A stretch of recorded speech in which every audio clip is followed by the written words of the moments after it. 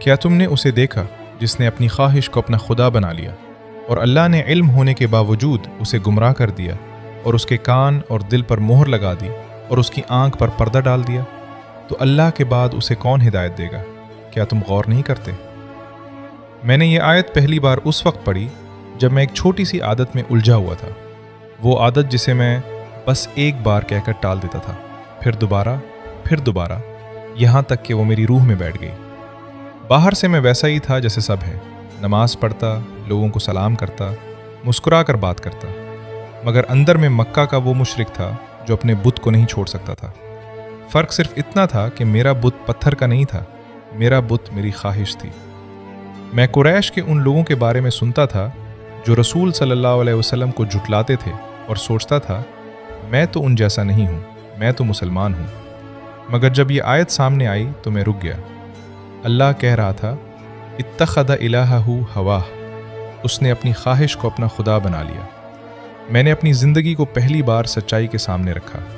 میرا خدا کون تھا؟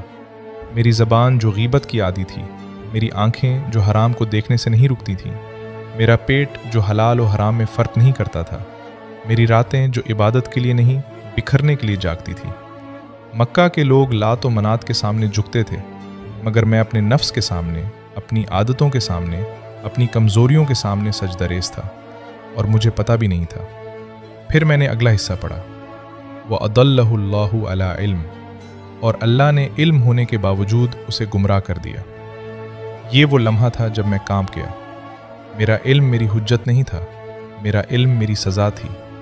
میں جانتا تھا کہ یہ گناہ ہے، پھر بھی کرتا تھا۔ میں جانتا تھا کہ یہ حرام ہے، پھر بھی میں نے اسے اپنی مرضی سے اپنے لیے حلال بنا لیا تھا۔ اور پھر اللہ نے میری آنکھ پر پردہ ڈال دیا، اتنا کہ مجھے اپنی برائی نہیں لگتی تھی۔ وہ میری عادت، میری پہچان، میری زندگی بن چکی تھی۔ اور آج جب میں اہل مکہ کے بارے میں پڑھتا ہوں کہ وہ کیسے اپنی تجارت، اپنی عزت، اپنے آباء و اجداد کے دین پر اترے ہوئے تھے اور حق کو ٹھکرا بیٹھے، تو میں انہیں برا نہیں کہہ سکتا، کیونکہ میں ان کا آئینہ ہوں۔ وہ اپنی تجارت میں کھوئے ہوئے تھے، میں اپنی اسکرین میں۔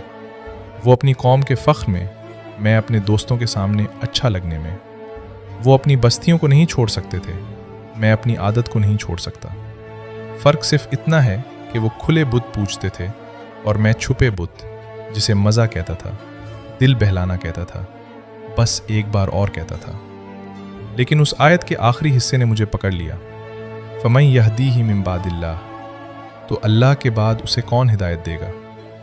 میں سمجھ گیا کہ نہ میرا علم میری مدد کرے گا، نہ میرا ارادہ،